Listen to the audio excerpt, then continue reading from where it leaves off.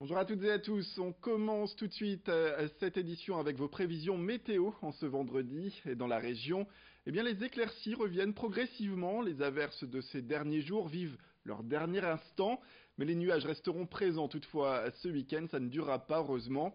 Le printemps quant à lui continue d'annoncer son arrivée avec des températures en hausse. On attend d'ailleurs entre 11 et 12 degrés dans le nord et le Pas-de-Calais pour ce week-end. C'est le retour de la collecte pour les membres des Restos du Cœur. Ce vendredi et ce samedi, elle va permettre d'étoffer le stock de nourriture distribué pour cet été. L'appel est donc lancé. Vous pouvez d'ores et déjà apporter des dons dans les hypermarchés ou supermarchés de la région.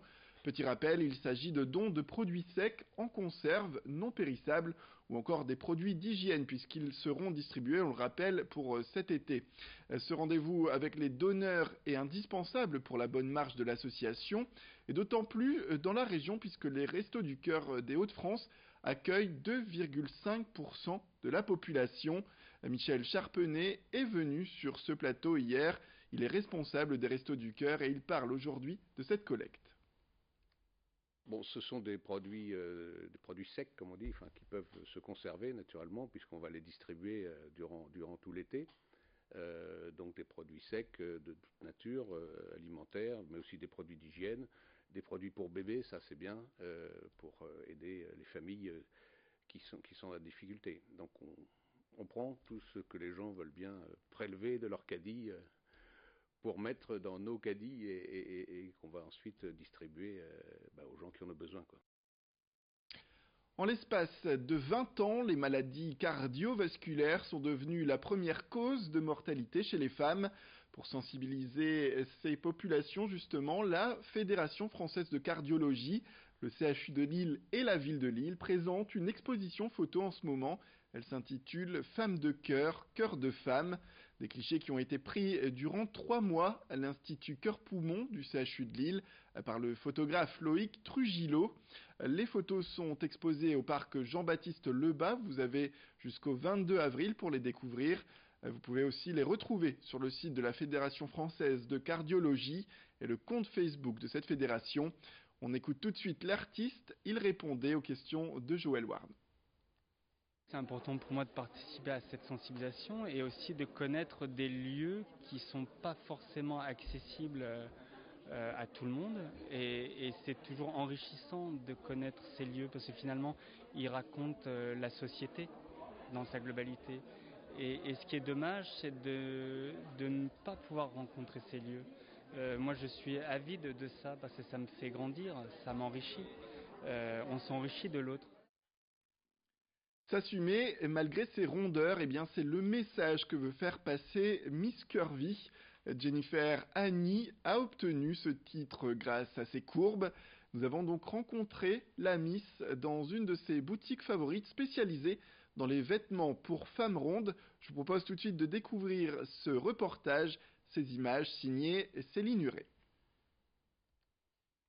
J'adore ce modèle, mais est-ce que c'est du 42, vous l'auriez en plus grand? En plus grand. De toute façon, chez nous, tous les modèles se déclinent du 40 au 54. Régulièrement, Jennifer Annie se rend dans cette boutique spécialisée dans les vêtements grande taille. La jeune femme de 30 ans a toujours eu des rondeurs, les a toujours assumées et en a même fait un atout. Pendant l'adolescence, on a tout un petit peu nos complexes, mais moi j'avais quand même accepté mes rondeurs, donc et au fur et à mesure du temps, ça s'est confirmé. Donc je pense que c'est juste une prise de position qu'il faut avoir, qu'il faut s'assumer. C'est notre morphologie et il faut l'accepter ainsi.